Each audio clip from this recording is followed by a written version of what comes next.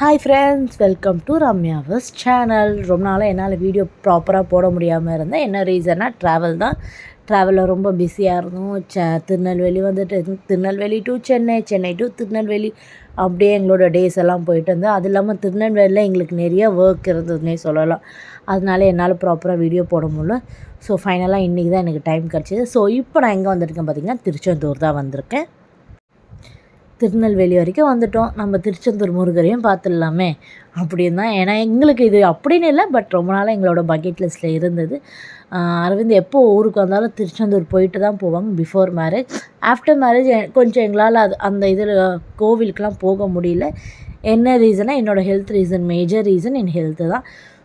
Marriage முடிஞ்சு 50th டே போனோம், but இந்த மாதிரி பீஸ்ஃபுல்லாக பார்க்க முடியல. ஸோ இப்போ தான் அதுக்கான டைம் கிடச்சிது. ஸோ அரவிந்தும் வந்து கடலில் போய் நல்லா குளியலை போட்டுட்டு ஃப்ரெஷ்ஷாக போய் முருகரை பார்க்கணுன்னு சொல்லி இது பண்ணார். அதனால் நாங்கள் ரூம் எதுவுமே போடல. ஸோ நைட்டோட நைட்டாக அந்த 3 o'clock லைனில் நின்றுடலாம் அப்படின்னு சொல்லிட்டு ஏர்லி மார்னிங் லைனில் நின்றுட்டோம். 5 o'clock இன்னும் ஓப்பன் பண்ணுவாங்கன்னு நினைக்கிறேன் நடைய. ஸோ அதை பார்க்கணுன்னு சொல்லிட்டு நாங்கள் 5 o'clockலாம் சாமியை பார்த்துட்டோன்னே சொல்லலாம். 6 o'clockலாம் வெளியே வந்துட்டோம்.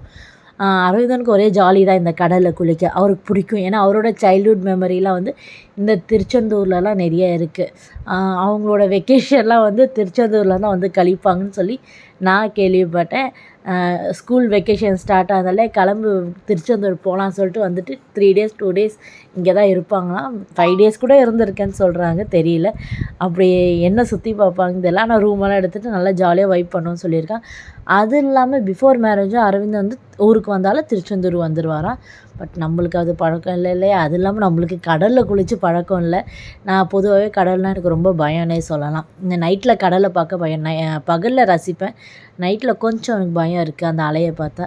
ஸோ நம்ம தலையில் ஒரு 4 துளி தண்ணியை தெளிச்சிட்டு அங்கேருந்து அப்படியே டேரெக்டாக முருகரை பார்க்க போகலான்னு சொல்லிட்டு நாங்கள் கிளம்பிட்டோம்.